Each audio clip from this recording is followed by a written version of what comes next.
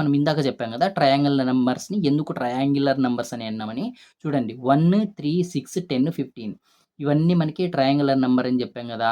So, 1 అంటే 1 dot. ఇక్కడ 3 డాట్స్‌ని కలిపితే మళ్ళీ ఒక ట్రయాంగిల్ వస్తది. ఇక్కడ 6 ఎందుకంటే ఈ 6ని కలిపితే ఒక ట్రయాంగిల్ వస్తుంది. చూడండి ఒక డాట్, 2, 3, 4, 5, 6 ఇక్కడ 6 డాట్స్ ఉన్నాయి. ఇక్కడ 10 చూసుకుంటే 10 డాట్స్ ఉన్నాయన్నమాట. ఇవన్నీ కలిపినా మనకి ఒక ట్రయాంగిల్ అయితే వస్తది.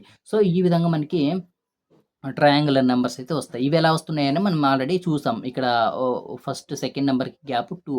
తర్వాత ఇక్కడ 3కి, 6కి మధ్యలో 4 అండ్ 5 గ్యాప్ ఉంటాయి. అంటే 2 నంబర్స్ గ్యాప్ ఉన్నాయి. తర్వాత 6కి, 10కి 3 నంబర్స్ గ్యాప్ ఉంటాయన్నమాట. 7, 8, 9 అని చెప్పి. తర్వాత 4 నంబర్స్ గ్యాప్ ఉంటాయి. 11, 12 13, 14 అని చెప్పేసి. నెక్స్ట్ దానికి 5 నంబర్ గ్యాప్ ఉంటాయి. ఈ విధంగా మనకి ట్రయాంగులర్ నంబర్స్ అయితే ఫార్మ్ అవుతా ఉంటాయి. నెక్స్ట్ చూసుకుంటే స్క్వేర్స్. వీటిని స్క్వేర్స్ అని ఎందుకన్నామంటే చూడండి 1 ఇక్కడ 4ని 4 డాట్స్‌తో మనం స్క్వేర్‌ని ఫార్మ్ చేయొచ్చు. ఇక్కడ 9 ఈ 9తో కూడా మనం స్క్వేర్‌ని అయితే ఫార్మ్ చేయొచ్చు. నెక్స్ట్ 16, నెక్స్ట్ 25, 5 స్క్వేర్, నెక్స్ట్ 36 ఈ విధంగా మనకి వస్తా ఉంటాయన్నమాట.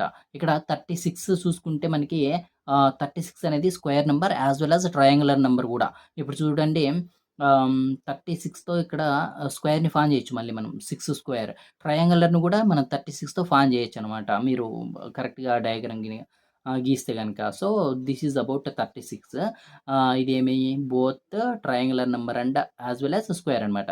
నెక్స్ట్ చూసుకుంటే క్యూబ్స్.